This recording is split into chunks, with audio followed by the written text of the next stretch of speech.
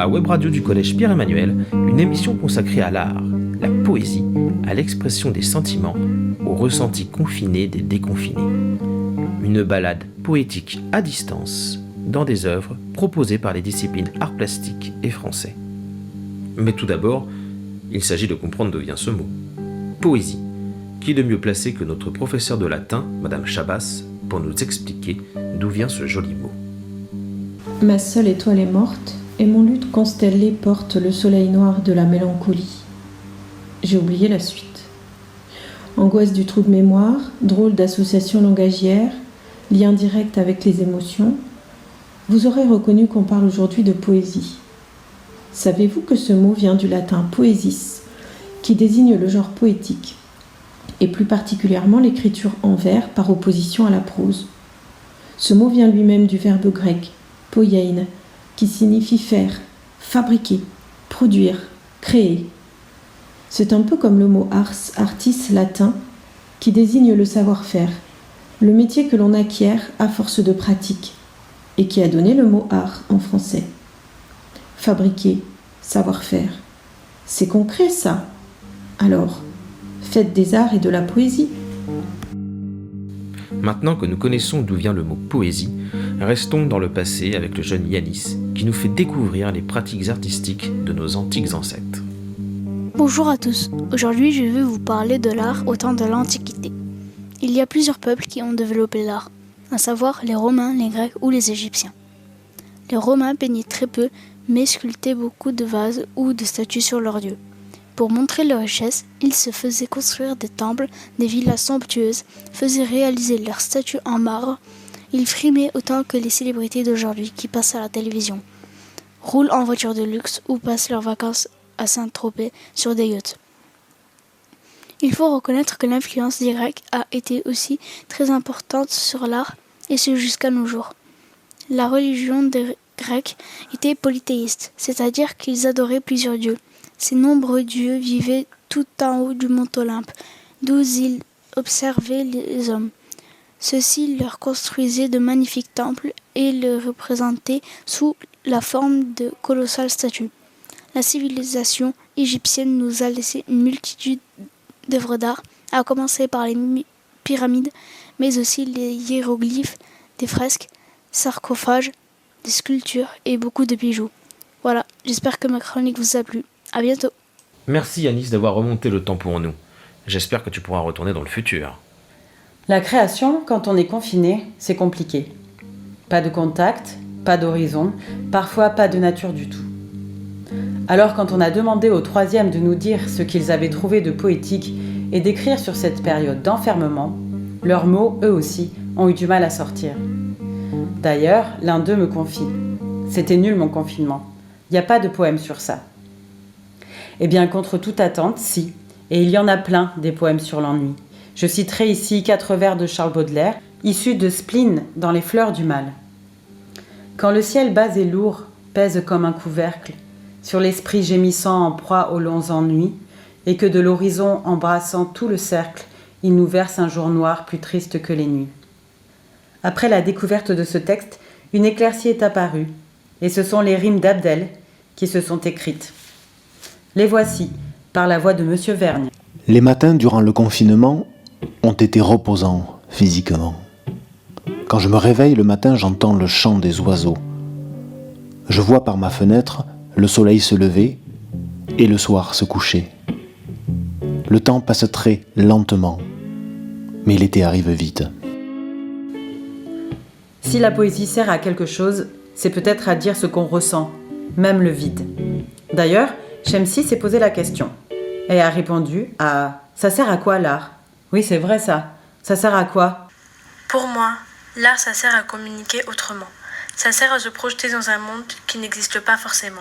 Ça sert également à extérioriser nos sentiments.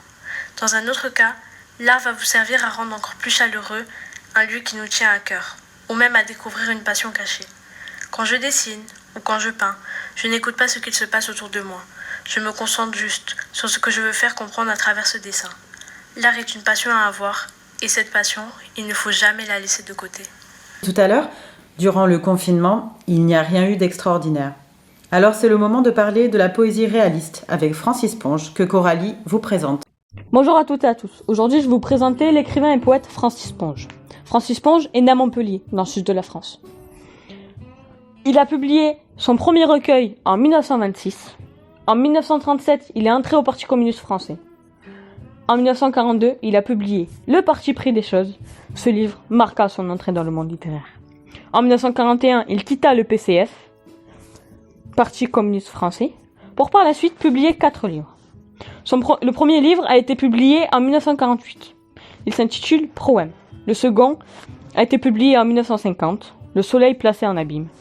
Puis les deux derniers ont été publiés en 1952 et 1954, La scène et la rage de l'expression. Francis Ponge décède le 6 août 1965. Le Parti pris des choses est un recueil qui sublime de façon surprenante les objets, comme le cajot, la radio ou l'huître. C'est ce dernier poème que va nous lire Jérémy. L'huître de Francis Ponge, tiré du livre Le Parti pris des choses en 1942. L'huître de la grosseur d'un galet moyen et d'une apparence plus rugueuse, d'une couleur moinie, brillamment blanchâtre. C'est un monde opiniâtrement clos. Pourtant on peut l'ouvrir, il faut alors la tenir au creux d'un torchon, se servir d'un couteau ébréché et peu franc, s'y reprendre à plusieurs fois. Les doigts curieux s'y coupent, s'y cassent les ongles, c'est un travail grossier. Les coups qu'on lui porte marquent son enveloppe de rond blanc, d'une sorte de halo. À l'intérieur, l'on trouve tout un monde, à boire et à manger, sous un firmament à proprement parler de nacre. Les cieux d'en dessus s'affaissent sur les cieux d'en dessous, pour ne plus former qu'une mare, un sachet visqueux et verdâtre qui flue et reflue à l'odeur et à la vue, frangé d'une dentelle noirâtre sur les bords.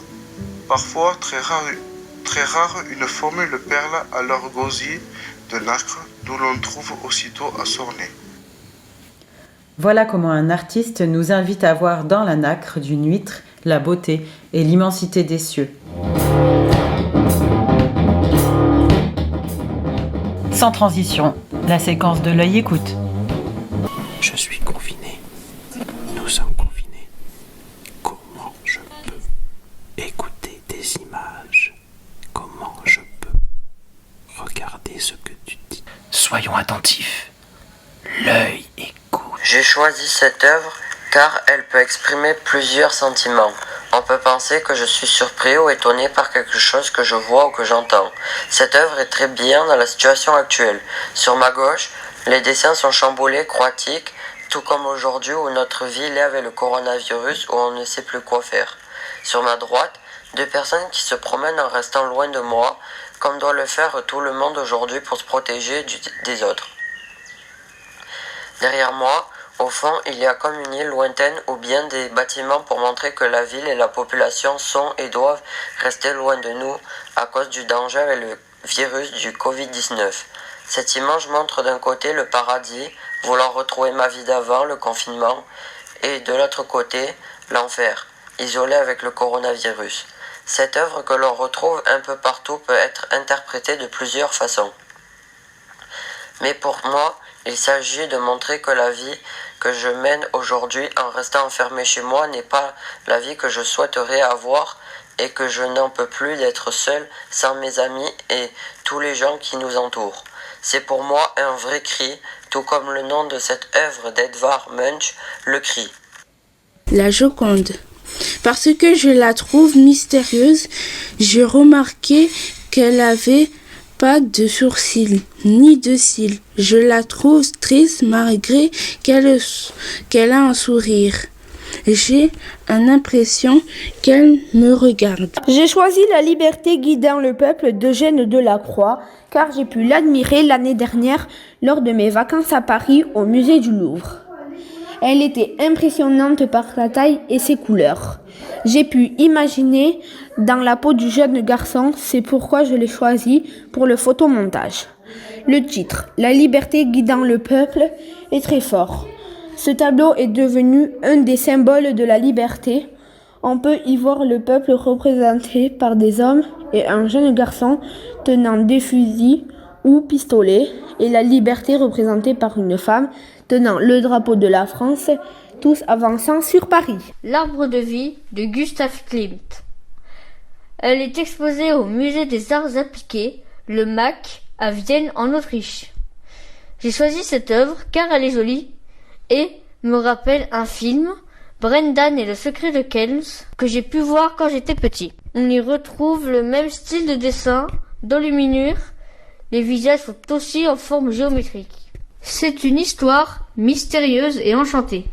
C'est le deuxième tableau d'un triptyque extrait d'une grande fresque. À gauche, il y a une femme et à droite, un couple qui s'enlace. Derrière eux et au centre, il y a un arbre. Ses branches sont en forme de spirale. Dans le tronc, il y a des formes qui semblent bouger un peu comme la sève à l'intérieur de l'arbre, en forme d'œil de tache. Les couleurs sont la dominante chose, jaune, orange, doré, rouge, ocre, comme le livre sacré dans le film. Je remarque également sur les vêtements des formes géométriques, triangles ou cercles. Cette œuvre est plate, sans relief ni perspective. L'arbre de vie représente l'immortalité et l'image de la nature en mouvement. Je sais pas vous, mais moi, cette petite promenade à travers quelques œuvres d'art m'a beaucoup plu. C'était Iban, Julia Thomas et Dino. La séquence qui suit s'intitule Le jour d'après. La demande était la suivante. Qu'allez-vous faire le jour d'après le confinement ? Dites-le en quelques mots, ou réalisez un travail sonore, comme l'a fait Théophile. D'ailleurs, cette séquence commence par son travail, et il nous l'explique ensuite.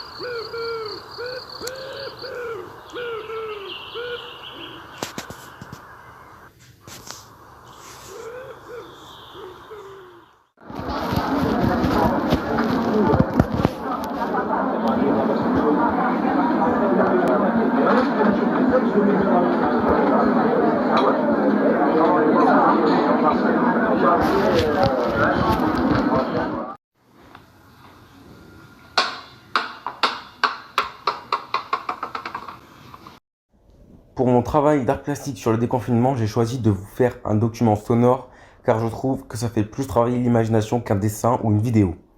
Le fait d'entendre des sons nous fait travailler l'ouïe et notre cerveau nous met automatiquement des images en tête et ces images sont forcément liées à notre vécu, nos expériences. Par exemple, le son des oiseaux que j'ai mis, chaque personne va l'entendre, va s'imaginer des oiseaux différents, propres à ceux qu'elle connaît, qu'elle a déjà vus ou entendus. C'est pareil pour le bruit de la foule. Ça représente la vie, mais chacun s'imagine sa foule avec ses gens, ses couleurs, ses accents et ses rires en fonction de son vécu. Le bruit de ballon, par exemple, pour moi, ça représente le basket, mais pour d'autres, ça représentera le sport qu'ils pratiquent. En fait, le support sonore permet, par l'oreille, de mettre tous les sens en éveil. Le jour du déconfinement, ça a été une journée comme les autres. J'ai aidé mes parents à déménager dans notre nouvel appartement, à Bienne. J'étais allé récupérer mes affaires au collège parce que je ne revenais pas avant la rentrée. Donc j'étais allé récupérer ce sont mes cahiers, mes affaires, bon enfin bref. Puis comme chaque jour, je fais mes leçons et je joue. Après, je suis allé faire des courses dans un magasin dont ça connaît à l'Escar à Carrefour, voilà.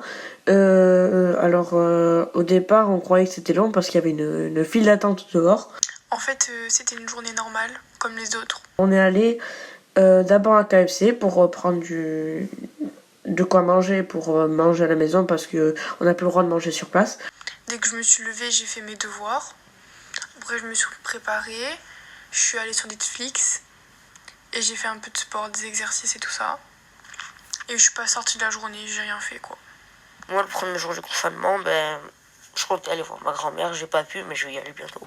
Donc, j'ai passé une journée banale à la maison. J'ai fait mon travail du matin, je me suis habillée, j'ai mangé et je suis repartie travailler.